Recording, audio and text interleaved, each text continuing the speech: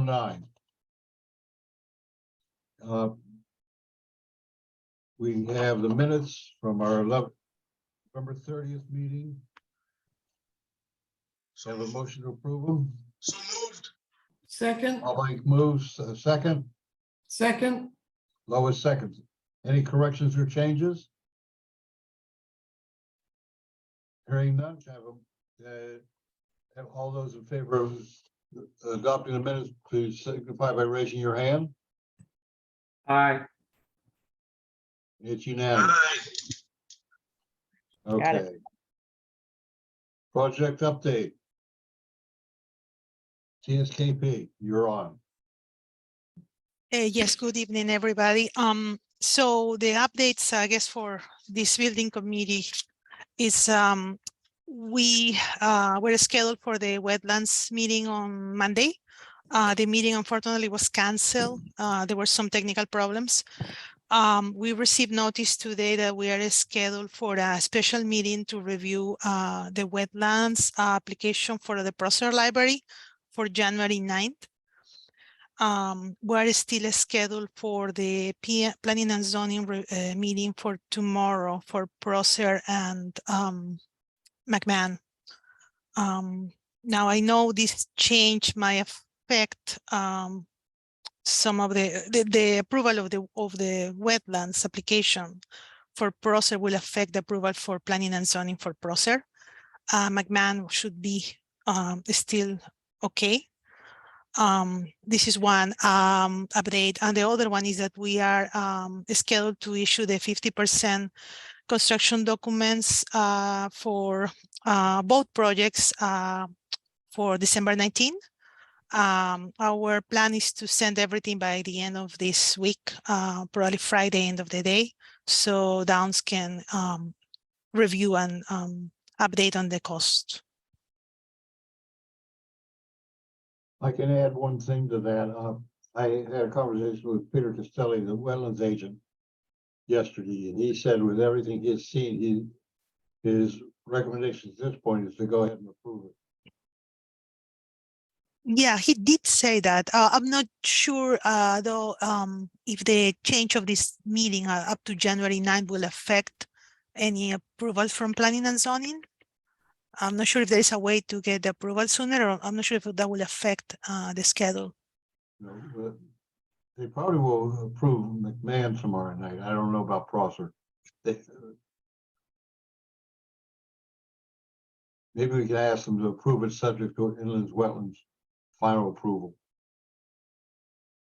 That might help. Yes, we got some communications from him saying that it seems that all the his original comments have been addressed. There were some minor stuff, I believe, but other than that, he's recommending approval. Yep. Okay. That's all you have? Mhm. Okay. Downs. I see Scott. Evening. Let me just get my screen up here. Oh, can everyone see that? Yeah. Yes. Okay, thank you. All right, project update. So for scheduling, the only thing that really changed was the wetlands review meeting. As Deanna mentioned, it got canceled. So got to wait for the next one to go through all the questions that wetlands had. The encroachment permit is in process with SLR.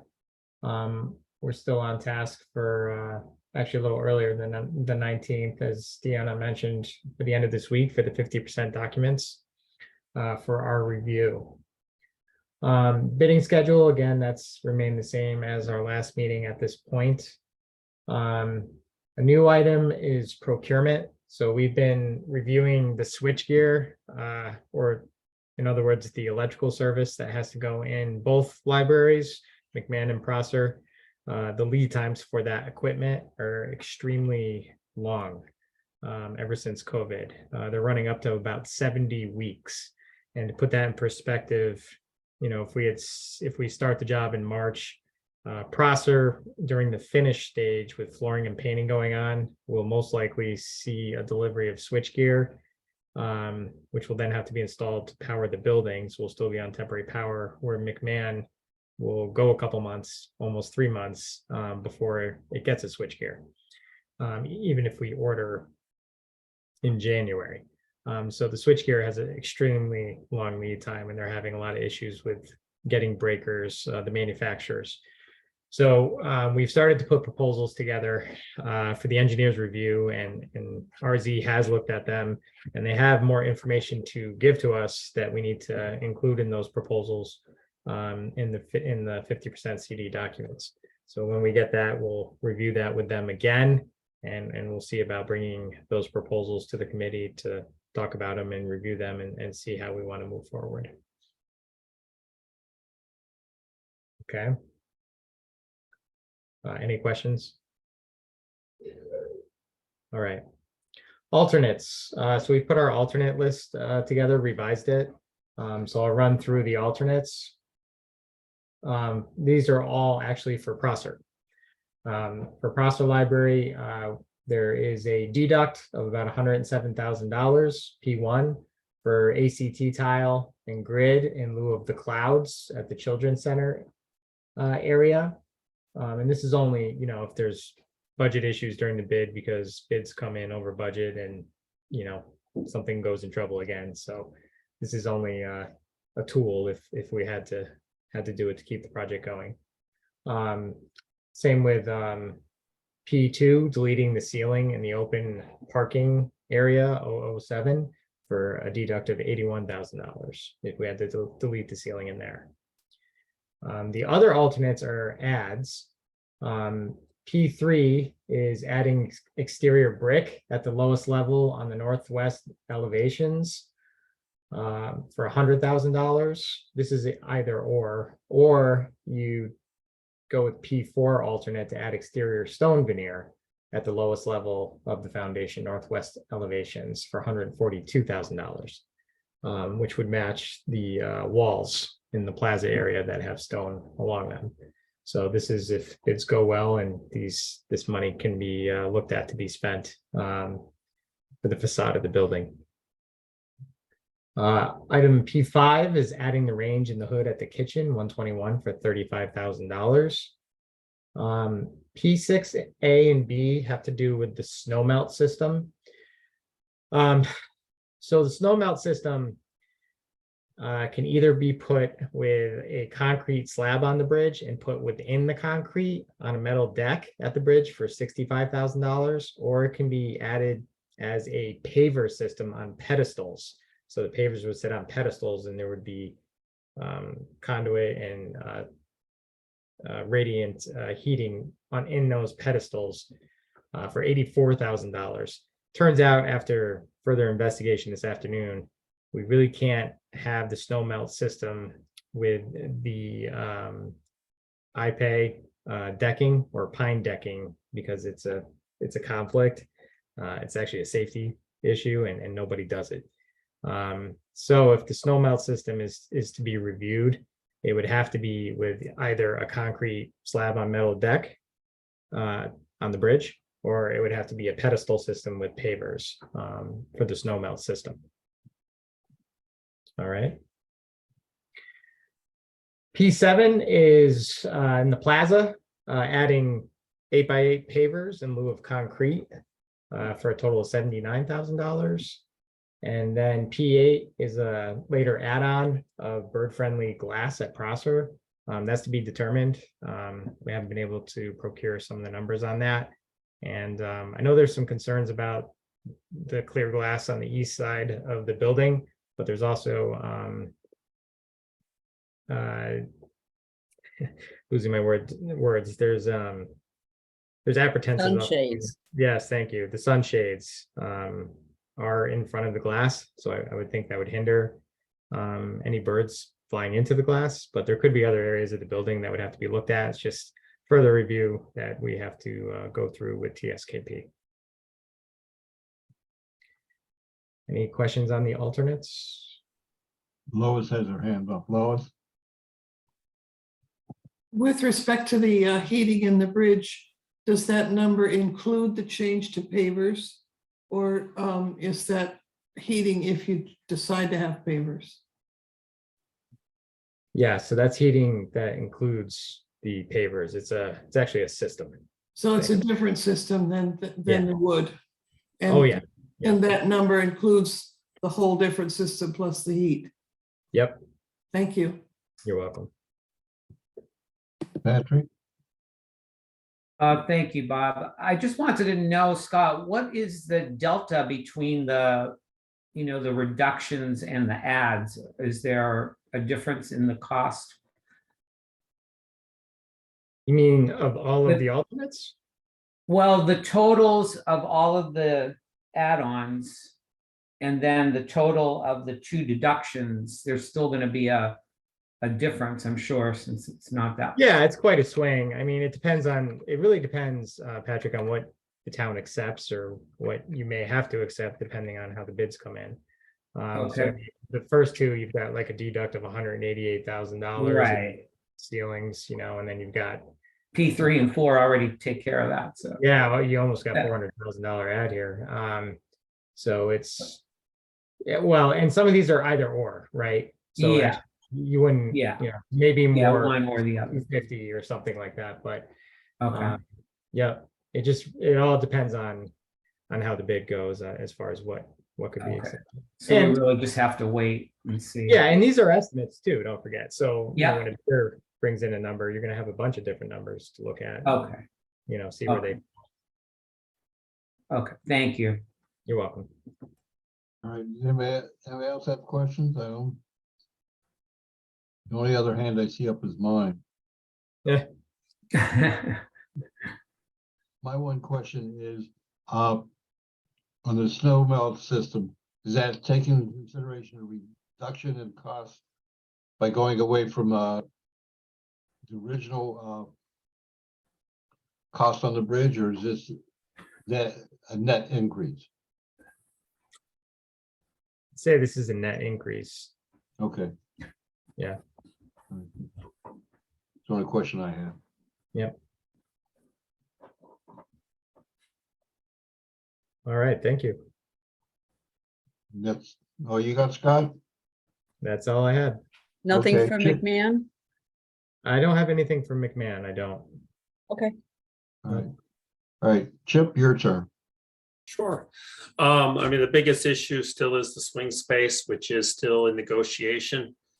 We are continuing to work through that through the attorneys and hope to have an update shortly on that so that we can keep moving forward.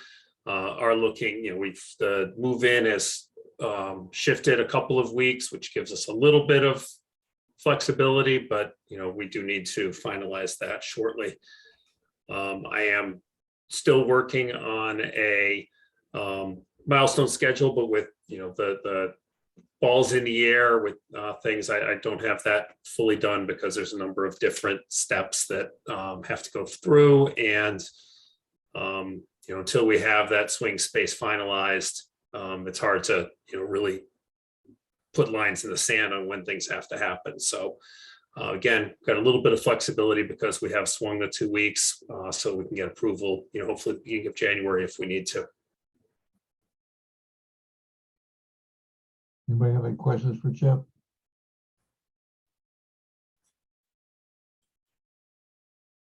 I don't see any hands. I have one question, Chip. Yeah, Patrick's hand is up. I just raised my I'm hand. sorry, I missed it. Go ahead, Patrick. Oh, okay, thank you. Chip, thanks for that update. I Yep. guess I was wondering, I know, in Wintonberry, there is that other corner space that's vacant. And I had proposed just a question in email, if we were to look at combining or using both of those spaces, would that do anything with the lease negotiations? I mean, could we bring that in at a lower amount because we're taking more space with that? So I think that from what I understand, the unit cost would be the same per square foot. So there would be a net increase. The biggest hope I have in looking at additional space in Wittenberry Mall is that hopefully some of the equipment serving those spaces is newer and in better condition, which would help us. So that's all part of, what is still being looked at, and kind of that's some of the up in the air issues. The movie Yeah. theater is not can't be subdivided, so that's not really a viable space. Mhm. And other spaces that we're looking at have been leased and are not available as well. So right now, there's still one other space that is being looked at. Yeah. Yeah, I just thought, I mean, given that that mall, has a lot of vacancies, you would think the landlord would be willing to, negotiate on the rental price for some of the square footage, if you're wanting more. And it would, fill the vacancy for a short time, or at least, at least a year. Yeah, we're looking at all those options. Okay, all right.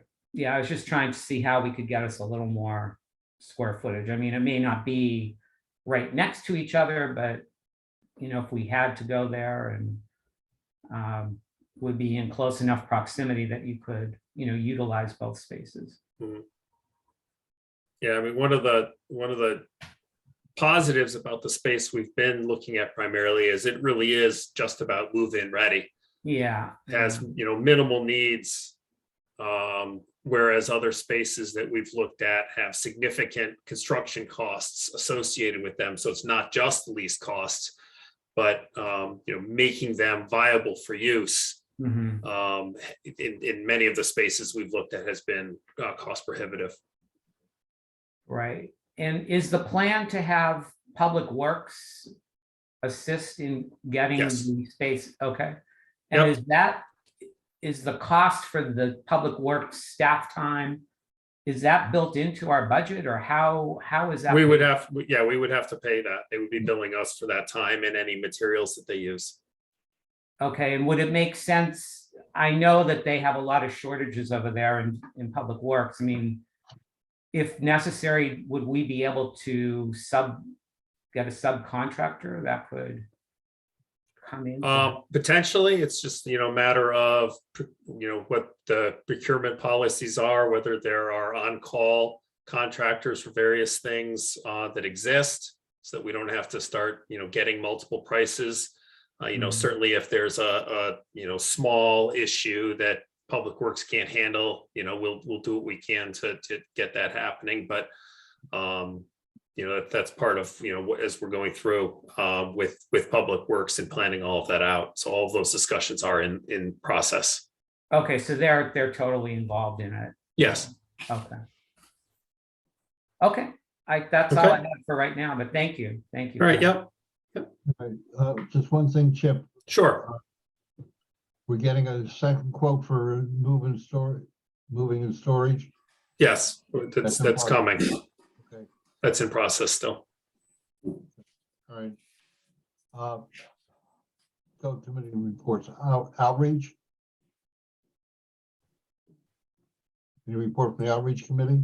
Yes, we are hoping to be able to share information with the public as soon as we get some more solid dates. So when Chip has that milestone document, a little bit more concrete, that would be great. We also would like to get some information in the messenger as soon as possible, and perhaps even another, town-wide event where we can share information once we know it. So again, we are really hoping for a milestone document that includes when we can, when we'll be going into the swing spaces, as well as groundbreaking, and as well as the potential reopening or grand opening dates, all of it, so that we can maybe do some better sharing with our public about everything that's going on. Right. Let me just add one thing to that, Elizabeth. Groundbreaking. It's a little early to have any idea when that's actually going to be, because again, too many moving pieces on that. Right now, the anticipated start for demolition is in April. It's moved from March because of all the logistics that are still in place and going on. Because in March, they're going to have to deal with it, hazardous waste material in both properties. In terms of dedication of new facilities, that depends on when it's done. We aren't gonna know that until we're into the construction phase. So it's way early to even consider that. All right, technology. Your technology subcommittee. You got anything?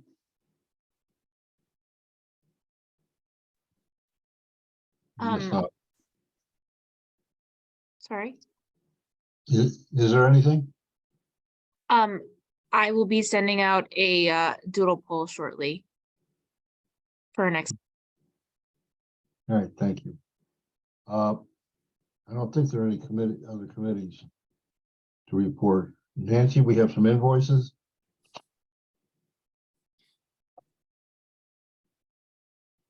You're muted, Nancy. Thank you. The first one is to Colliers. It's invoice number 804896 for $11,920 for services in the month of November. You have a motion to approve it. So moved. And a second. I'll second, but I have some questions.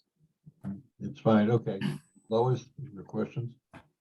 Maybe I'm not reading the chart correctly. But if the fee for the design phase is $40,035 and 70.34% of the work has been completed, and we have been billed to date for $28,160, I get the remaining fee. And I know this is a small discrepancy, but I'd like to understand how this chart works. The remaining fee should be $11,875 as opposed to $11,920. Just if you could explain why there's that difference, I'd be grateful. Is that a question for me? Or for Nancy? For either of you who can explain Nancy it. doesn't know the answer. I don't know if you do. So, Chip. so I think what it is the fee for the month and all the way along is a cumulative of the actual hours spent. So that if you look at the hours spent times the unit cost, you get the monthly fee this month. That percentage is calculated based on the actual hours and fees. So there's a rounding error in there probably that is taking into account what you're talking about, just because it's that we're not billing based on that percentage number. That percentage number is calculated based on the actual hours spent. And once you round it, you get that $45 difference. The thing that concerns me is that it appears that the only number left to pay for the design fee is $11,875. That we've paid everything but that. Okay. And so, but the request is for $11,920. Makes very little difference here, but we need to understand what was the cost for the design phase? And does this mean that that the remaining fee is something greater than $11,875? Just it isn't making sense to me. I think I can answer part of that, Lois. And Nancy, Chip, I think the total fee for the owner's rep is $287,600. Correct. All right. The way in which it's divided up between 3 phases is an arbitrary division, I believe. Am I correct?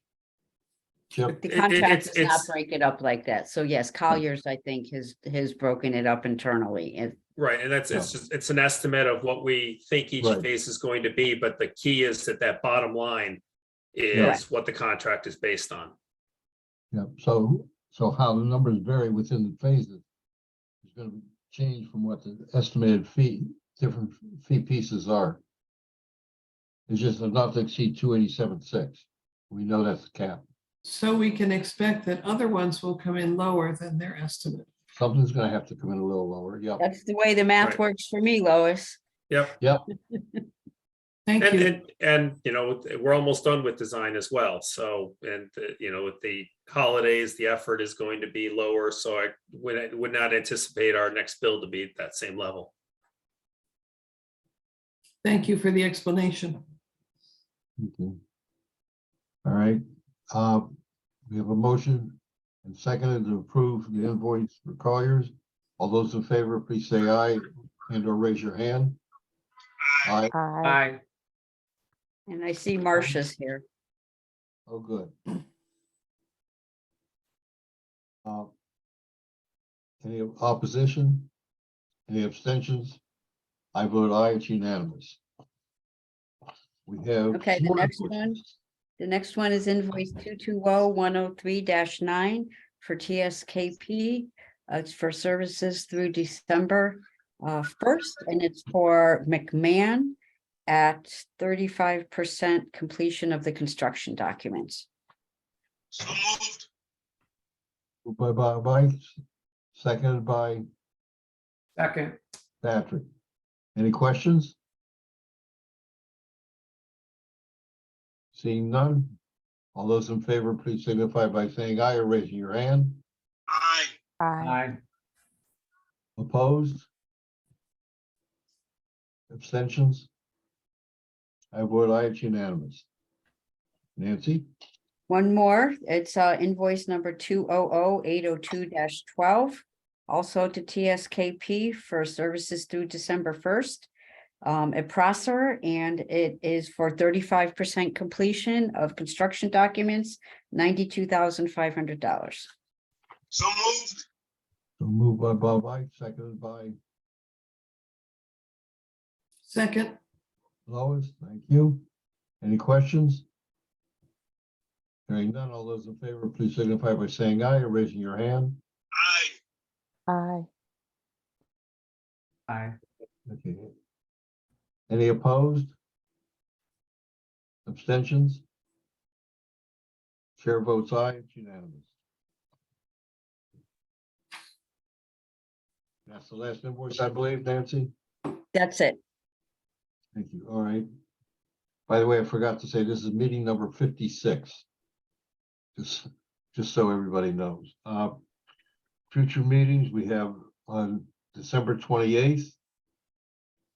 And then we will be in the new year, January 11th will be the one after that. Does anybody, I know Patrick will not be here the 28th. Does anybody else have any issues with the meeting on the 28th? Hopefully we'll have a quorum for that one also. Comments from the committee. Oops. Bob, before we go on to that, I just wanted to remind people for meetings that tomorrow night is TPZ, and we do expect action on the McMahon permit. And as Deanna mentioned, on January 9th is inland wetlands to finalize the Prosser permit. Thank you, Nancy. All right. Comments from the committee. Looking for a hand. Lois. this is just a request. Nancy, could you just please send us the meeting dates for the coming year? You may already have done that, but I can't find them. That's okay, I'll do it. Thank you. Anybody else? Going once? No, Elizabeth has her hand up.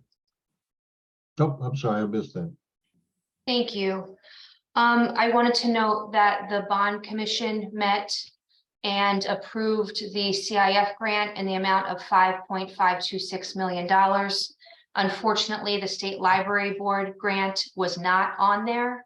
Our representatives, Representative Gibson and Senator McCrory, are currently looking into that. Another reason why an updated timeline would be of great help, as we're trying to explain to them the importance of what we're trying to do. The library started a teen advisory board. Part of that reason is to make sure our teens are a part of the process as we're creating the teen spaces in both of the new libraries. The next meetings are Tuesday, January 17th at McMahon at 4 o'clock. And then Tuesday, January 24th at 4 p.m. at Prosser, and food will be served. So if you know any teens, please let them know. And I just wanted to bring up that I know when TSKP was documenting timelines and milestones, it was a very linear in order timeline. It was easy to track. And when things got moved, they just moved the date. And I'm hoping that we can get some type of chronological best estimate of all the dates that are quickly approaching, because it's making it hard for library staff to plan. We are getting into budget season, and we are preparing budgets for both this year and next year, which will coincide with the opening of McMahon-Wittenberry Library. And having this information is very important as we try to do our best on those fronts. As well as better communicating with our public. We are getting many questions about all of this, and we want to give our best estimated guesses, with the understanding that, of course, the dates may slide. That being said, we still can have a more formalized document to share. Thank you. You're welcome. All right, anybody else? All right, I'm gonna go last. Number one, in response to your request for dates, etc. Elizabeth, if you go on the website, you will see Downs Construction report. For instance, I'm looking at October 19th one, where it has all the dates in there, and in September 24th, they gave us the grid, which is out there also. Those give dates too, and if you take a look at them, you'll notice that the only dates that really have changed. On September 24th, for instance, they had the library moving out between February 14th and February 27th, and October 19th, that changed to February 8th and February 21st. It's still in the month of February. Exactly what date in there, you're gonna have to be out. The last possible date you have to be out in is going to be sometime in February. So, you know, you can plan around that. And I think Downs can probably update that schedule for us Yep. within the next few weeks. Yeah, Yep. we can do that. That's fine. Yeah, before the next meeting. Yep. All right. Nancy, do we have any public there? We have public. Anyone from the public, please Public raise your virtual hand so we can recognize you. We have a quiet public tonight. No raised hands, Mr. Chair. Well, that's nice. Can I have a motion to adjourn then? We're done. Patrick moves to adjourn. Second. Lois seconds. All those in favor, please signify by saying aye. Aye. Thank you. We are adjourned, and have a very happy holiday, everybody. We'll see you after. Happy holidays. Happy holidays. Happy holidays. Take care. Happy holidays, everyone. Bye now. See you in 23.